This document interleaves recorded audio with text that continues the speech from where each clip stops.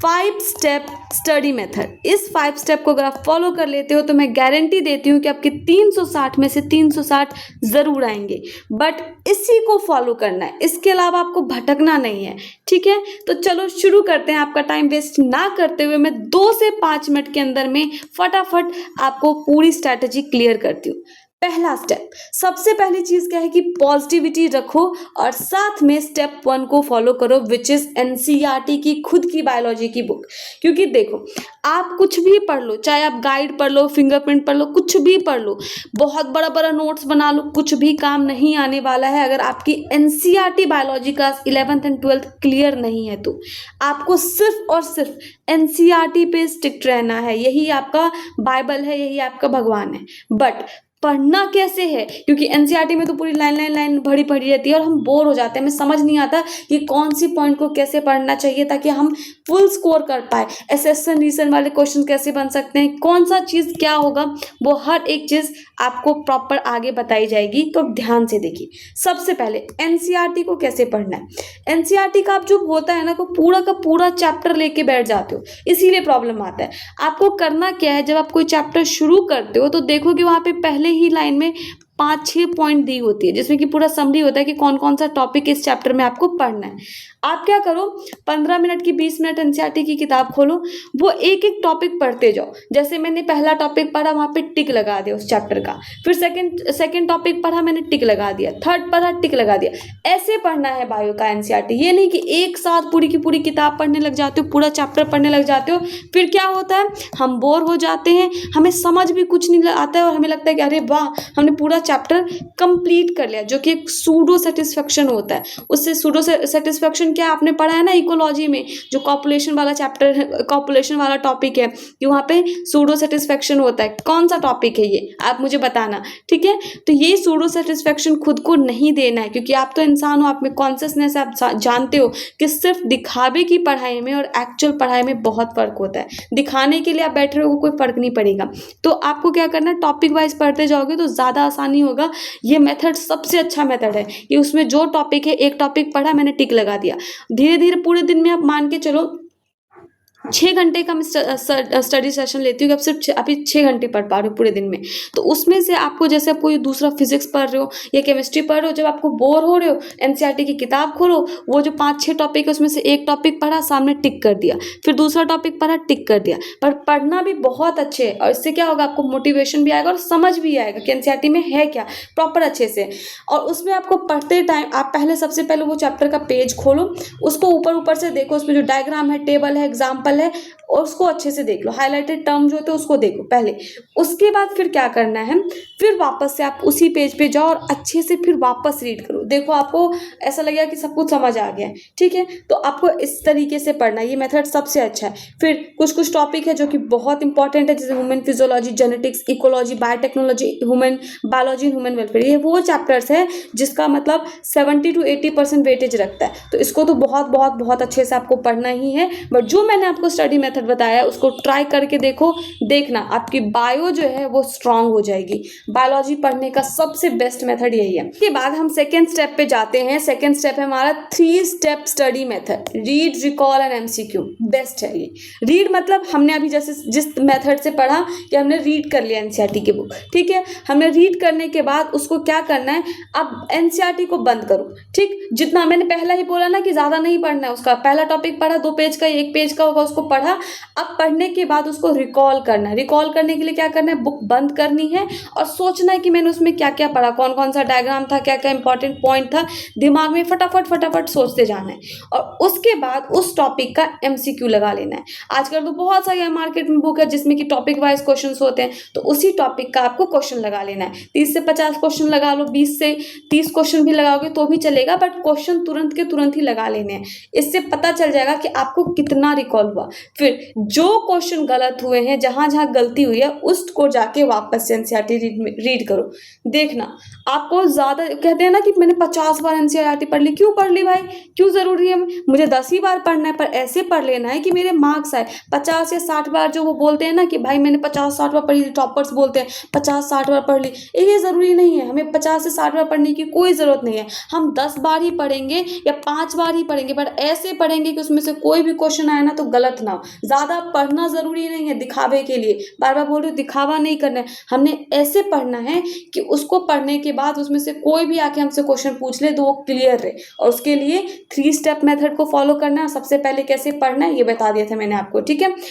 Third step है हमको, third step ये देखो, फिर से मैंने कार्टून रिप्रेजेंटेशन दिया ताकि थोड़ा सा आप चिल मोड में रहो और थोड़ा आपको अच्छा फील हो कि क्या करना है, रीड करना है, रिकॉल करना है, फिर एमसीक्यू करना है, ठीक है। उसके बाद थर्ड स्टेप है, प्लीज बोर मत हो, ध्यान से सुनो जो मैं बोल रही हूँ, कि इसके बाद आपको कुछ भी करने की जरूरत नहीं है। मैंने इतना टाइम लिया है, आई नो मैंने बहुत ज़्यादा टाइम ले लिया है आपका, बहुत दिन बाद शुरू कर रही हूँ, बट अब जो शुरू किया है तो ये आखिरी, जब तक आपका एग्जाम नहीं हो जाता तब तक आपका साथ नहीं छूटेगा। आपको प्रॉपर गाइडेंस हर एक चीज़ यहाँ पे मिलेगी, आप उसकी चिंता मत करो। आज से जो शुरुआत की है हमने, अब ये तभी हम ख़त्म करेंगे, ये आपके लिए भी और मेरे लिए भी है। आपका काम है पढ़ना, जो मिल रहा है उसको अच्छे से फॉलो करना। मेरा है कि आपके साथ रेगुलर कंसिस्टेंसी के साथ रहना, क्योंकि अगर मैं ही डिसिप्लिन मेंटेन नहीं कर पा रही हूँ तो मैं आपको कैसे बोलूँगी कि आप भी करो। तो सबसे पहला काम मेरा है कि मैं कंसिस्टेंसी के साथ आपको हर चीज़ प्रोवाइड करूँ, और दूसरा काम आपका है कि आप उसको फॉलो कर पाओ, ठीक है। तो मैं कंसिस्टेंसी मेंटेन करूंगी, ये मैं प्रॉमिस करती हूँ। अब आपके ऊपर है, आप देख लो कि आप अपनी कंसिस्टेंसी मेंटेन कर पाओगे कि नहीं, ठीक है। थर्ड है, नोट्स बहुत छोटा बनाना है, यानी कि पूरी की पूरी हम एनसीईआरटी जो है ना वो लिखने लग जाते हैं। नहीं भाई, क्यों करना है हमें पूरी एनसीईआरटी, जो पॉइंट आता है आप वो भी अपने शॉर्ट नोट्स में डाल देते हो, ये नहीं करना है। शॉर्ट नोट्स का मतलब क्या है कि जो क्विक रिविजन के लिए, टेस्ट से पहले हमारा क्विक रिविजन कर दे हर चीज का। मान के चलो मुझे पता है कि cell is the structure and function unit of life, mitochondria is the powerhouse, ये चीज मुझे पता है, ये तो मैं अपने नोट्स में क्यों लिखूं, कोई सेंस बनता है इसका नोट्स में लिखने का? नहीं बनता है।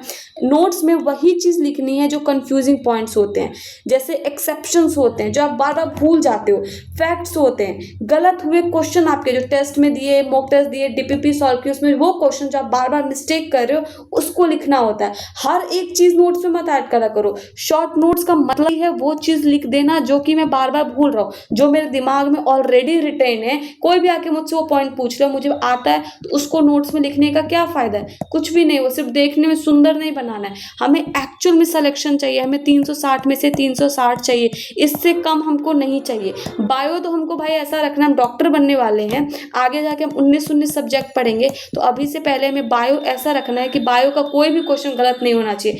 नीट के दिन हो सकता है आप थोड़े डर जाओ तो कुछ 1-2 क्वेश्चन ऊपर नीचे हो जाए तो चलेगा, बट हमारी तैयारी उस लेवल की होनी चाहिए कि एक भी क्वेश्चन नहीं होना चाहिए गलत। ये मैं भी खुद से प्रॉमिस करती हूँ और आप भी करो कि हमें नीट में बायो, भाई बायो तो स्ट्रॉन्गेस्ट रखनी है, ठीक है। तो नोट्स में कुछ भी एक्स्ट्रा नहीं लिखना है। इवन फिजिक्स और केमिस्ट्री का जो नोट्स देते हैं उसमें भी हमने ऐसे ही बनाया। खैर अभी रिवील नहीं करूंगी, बाद में बताऊंगी। बायो का भी है, बहुत कुछ है जो आगे आने वाला है, इसीलिए दीदी ने इतना टाइम लिया, मैम ने इतना टाइम इसीलिए लिया है। आपको बहुत कुछ आगे मिलने वाला है, तो उसकी टेंशन मत लो, बस आप अच्छे से पढ़ो। 3 स्टेप आपको समझ आ गया। पहला था रीड, बहुत अच्छे से करना है। करने का मेथड क्या था रीडिंग का, आपको बता दिया। सेकेंड था read, recall and then MCQ, ये भी आपको बहुत अच्छे से फॉलो करना है। थर्ड स्टेप स्ट्रेटेजी में है कि नोट्स कैसे बनाने, तो नोट्स में सिर्फ वो पॉइंट्स ऐड करने हैं जो कंफ्यूजिंग है, एक्सेप्शनल है, फैक्ट्स है, और जो क्वेश्चंस गलत होते हैं आपके। फोर्थ है रिवीजन का फिक्स साइकिल रखो। रिवीजन का फिक्स साइकिल होता है 2, 5, 8, 7। ये वाला किसी ने पढ़ा है? 15, सॉरी 7 नहीं 15 नहीं पढ़ा है, ठीक है। आगे इसका भी आपको बता देंगे कि ऐसा कौन सा तरीका है रिवीजन का जो कि एकदम साइंटिफिक है और जिसको फॉलो करने से मतलब जो ब्रेन है उसमें चीज़ें आपकी फिक्स हो जाती है, तो वो आपको बता दूंगी। बट पहला क्या है, आपको रिविजन करना है, उसका फिक्स रखो कि भाई डेली मैंने सुबह जितना भी पढ़ा उसको मैं रात में आधा घंटा देके कि 15 मिनट देके ज़रूर रिवाइज करूंगा। सोने से पहले तो मुझे रिविजन करना ही करना है, ठीक है। फिफ्थ स्टेप है आपका कि रोज एमसीक्यू करना है, मतलब इसको तो नहीं ही भूलना है आपको। देखो एमसीक्यू जो है ना बहुत इंपॉर्टेंट है। आप एनसीईआरटी पढ़ लेते हो, जब तक आप खुद सोचो, जब तक टेस्ट नहीं दोगे, क्वेश्चन नहीं करोगे, तो आपको पता कैसे चलेगा कि आप कहाँ गलती कर रहे हो। और एमसीक्यू बेस्ट तरीका है ये समझने के लिए कि मैं कौन सा टॉपिक में फंस रहा हूँ, वरना आप क्या होगा कि सेम चीज़ को बार बार रीड करोगे। क्यों भाई, जब मुझे पता है कि ये वाले पॉइंट्स जो है, यहाँ तक के जितने भी पॉइंट्स हैं वो मैं क्लियर हूँ, मतलब मान के चलो ये मेरी बुक थी, ये वाले पॉइंट्स थे, तो ये तो मैं क्लियर हूँ, तो मैं क्यों इसको बार बार पढूं। जो चीज़ ये वाला कंफ्यूज कर रहा था, जिसमें क्वेश्चंस गलत हो रहे थे, मेरे ये वाले पॉइंट्स थे, तो इस पे ज़्यादा फोकस करना है ना। हम यही गलती कर देते हैं, जब हम पढ़ने बैठते हैं एनसीईआरटी बायोलॉजी, तो हम शुरू से सब कुछ पढ़ने लग जाते हैं। नहीं पढ़ना है, क्यों पढ़ना है। जब मेरे क्वेश्चंस किसी पर्टिकुलर टॉपिक में ज़्यादा गलत हो रहे हैं, तो पहले मुझे उस टॉपिक को पढ़ना है ना, उसको क्लियर करना है, तब जाके मैं उसको पढ़ूंगा जो मुझे अच्छे से आता था। ठीक है, उसको तो आप 10 मिनट रिविजन भी करोगे तो हो जाएगा, क्योंकि वो तो आपको आता था। बट जिसको ज़्यादा टाइम चाहिए, हम उस पर फोकस नहीं कर पाते, और बाद में क्या होता है, आप शुरू से जो पढ़ने लग जाते हो, इस चक्कर में क्या होता है, जब वो इंपॉर्टेंट टॉपिक आता है जहाँ पे आपकी गलतियाँ ज़्यादा हो रही थी, वहाँ तक हम बोर हो जाते हैं और उस पर हम ज़्यादा ध्यान नहीं दे पाते। इसीलिए एमसीक्यू बेस्ट तरीका है खुद को समझने के लिए कि कौन सा चीज़ आपका वीक है, उसको स्ट्रॉन्ग करने का बेस्टेस्ट तरीका है। ठीक है, तो ये था आपका 5 स्टेप स्ट्रेटजी। इसके अलावा आपको कुछ भी नहीं करना है, बस इसको अच्छे से फॉलो करो। हाँ, किसी को अगर मान के चलो लेक्चर देखना होता है, तो लेक्चर को 2x पे देख लो या 1x पे भी देख लो, तो कोई प्रॉब्लम नहीं है। बट लेक्चर जो है वो ज़्यादा लंबी मत देखना कि कोई 30-30 घंटे वाला देख रहा है, नहीं, छोटा रखो। और एनसीईआरटी करो, एमसीक्यू करो, टेस्ट दो खूब सारा, टेस्ट के थ्रू पता करो कि कहाँ गलतियाँ हो रही है, हर एक चीज़ आपको पता चल जाएगी। बट ये जो 5 स्टेप स्ट्रेटजी है, इसके बाहर आपको देखना, कुछ भी करने का ज़रूरत नहीं पड़ेगा। आप मेरी बात मान के सिर्फ 21 दिन इसको फॉलो कर लो। अरे चलो 21 दिन भी नहीं, 1 वीक आप फॉलो करके देख लो। 1 वीक के अंदर ही आपको पता चल जाएगा कि पहले आपकी बायोलॉजी में कितनी इंप्रूवमेंट हो रही थी और अब कितनी हो रही है। देखना, बायो में 360 आउट ऑफ 360 लाना बहुत आसान है। 360 आउट ऑफ 360 लाना सच में आसान है, अगर आप बहुत अच्छे से पढ़ते हो तो। और ये जो है ना, ये आपका है, आज इमेज में है, कल आपके गले में रहेगा। तो इसके लिए बहुत अच्छे से मेहनत करनी है। ये 5 स्टेप स्ट्रेटजी को बहुत अच्छे से फॉलो कीजिए। और हाँ, टेंशन नहीं लेना है, आगे सब कुछ मिलेगा आपको। बहुत बहुत बहुत सारी चीज़ें प्लान्ड है जो कि आगे आने वाली है। सॉरी इतना सारा डिले हो गया, बट डिले होने के पीछे भी बहुत सारे रीज़न थे कि आपके लिए बहुत कुछ बनाई जा रही थी, बहुत सारा चीज़ है जो लाइन अप है। हाँ, जिनको हम पे विश्वास है वो प्लीज़ साथ रहिए, हमें सपोर्ट कीजिए, प्लीज़ चैनल को सब्सक्राइब कीजिए, क्योंकि जो साथ में है ना, उनको देखना आपको आगे कितना कुछ मिलने वाला है। जो मैं कुछ भी नहीं बोलूँगी, बस आपको आगे मिल जाएगा, आपको पता चल जाएगा कि आपने जो विश्वास किया है वो 100% वर्थ इट था। तो प्लीज़ आप अच्छे से पढ़ने पे ध्यान दीजिए, ज़्यादा टेंशन नहीं लेना है। ये 5 स्टेप स्ट्रेटजी जो है ना, 5 स्टेप, ये आपका मैं बताती हूँ, मतलब रामबाण इलाज है। तो ये 5 स्टेप स्ट्रेटजी आपके लिए रामबाण इलाज है, इसको अच्छे से फॉलो कर लो। देखना आपके बायो में 360 आउट ऑफ 360 ज़रूर आएंगे। And thank you so much जो भी हमको फॉलो कर रहे हैं, या जो हम पे विश्वास मेंटेन कर रहे हैं। मुझे पता है बहुत लेट हुआ है, चैनल पे बहुत कुछ नहीं आ पाया है, बहुत सारी चीज़ें आपके लिए लाइंड अप थी, आपके लिए ही काम कर रहे थे बहुत कुछ, उसके लिए 10-10 15-15 घंटे काम कर रहे थे, उसके लिए बहुत ज़्यादा टाइम लग गया। हम उसके लिए माफ़ी मांगते हैं कि हाँ, चैनल पे एक्टिव नहीं थे। बट आज से मैंने भी कंसिस्टेंसी मेंटेन करने का प्रॉमिस किया है, तो देख लेना, अगर मैं कंसिस्टेंसी में ब्रेक कर दूँ ना, तो फिर आप भी ब्रेक करने के लिए सोचना कि ठीक है हम भी कर देंगे, दीदी ही नहीं मेंटेन कर रही तो हम क्यों करें। बट अगर मैं कंसिस्टेंसी मेंटेन करूँगी, तो आप भी अपने से प्रॉमिस करो कि एटलीस्ट ये प्रॉमिस करो कि जब तक दीदी मेंटेन कर रही है कंसिस्टेंसी, हम भी, चाहे कुछ भी हो जाए, हम भी कंसिस्टेंसी मेंटेन करेंगे और पढ़ेंगे। पढ़ाई के साथ हम कॉम्प्रोमाइज़ नहीं करेंगे, ताकि ये जो आज इमेज में है ना, ये वाला डायग्राम कहाँ गया, ये वाला देखो, इस पे नहीं मिल रहा क्या, देखो देखो देखो, कहाँ गया वो डायग्राम जो मुझे आपको देना है। ये वाला डायग्राम जो है, ये रियल लाइफ में आपके पास हो सके, अगले साल से ये आपका हो, रियल में ये आप अपने गले में पहन सको। और जो भी बच्चा बायो में 360 आउट ऑफ 360 लेके आएगा, उसको ज़रूर ज़रूर ज़रूर मैं ये गिफ्ट करूँगी अपने साइड से। तो टेंशन नहीं लेना है, अच्छे से पढ़ो, मेहनत करो। And thank you so much साथ निभाने के लिए, अभी तक सपोर्ट करने के लिए, जिन्होंने भी हम पे विश्वास मेंटेन किया है। आप यकीन रखिएगा कि नीट 2027 में आपको हर वो चीज़ यहाँ से मिलेगा जिससे कि आपका सिलेक्शन के लिए, मतलब जो सबसे ज़्यादा ज़रूरी चीज़ है ना, जो आपको वर्थ इट फील होगा, और उससे ज़्यादा मैं और कुछ नहीं करूँगी। प्लीज़ अगर आपका दिल करे तो सब्सक्राइब कीजिएगा, नहीं करे तो कोई बात नहीं। बट येस, अब 2027 के लिए हर एक चीज़ आने वाला है। इससे पहले जो कंसिस्टेंसी नहीं था उसके लिए सॉरी, आगे देखना हर चीज़ आपको मिलेगा। So all the very best, अच्छे से पढ़ो। बायोलॉजी में बस इतना ही करना है, इससे ज़्यादा फॉलो कुछ भी मत करो, इधर उधर की चीज़ें में मत भटको बच्चे। एक चीज़ को पकड़ लो और फिर सोचो कि उसी को ही फॉलो करना है, जिससे आपको पसंद आए उसको पकड़ लो और फिर एंड तक उसका साथ रहो। आप देखोगे कि आपका सिलेक्शन हो जाएगा। हमें क्या होता है, वेक्टर पढ़ा होगा ना आप लोगों ने, कि हम जब बहुत ज़्यादा डायरेक्शन में जाते हैं ना तो उसका एंड रिजल्ट क्या होता है, ज़ीरो हो जाता है। बट अगर आप किसी एक पर्टिकुलर डायरेक्शन में चलते रहोगे तो उसका रिजल्ट क्या होता है, ऐड हो जाता है और आप आगे बढ़ जाते हो। तो आप वेक्टर की तरह सोचिए, क्योंकि आप साइंस स्टूडेंट हैं।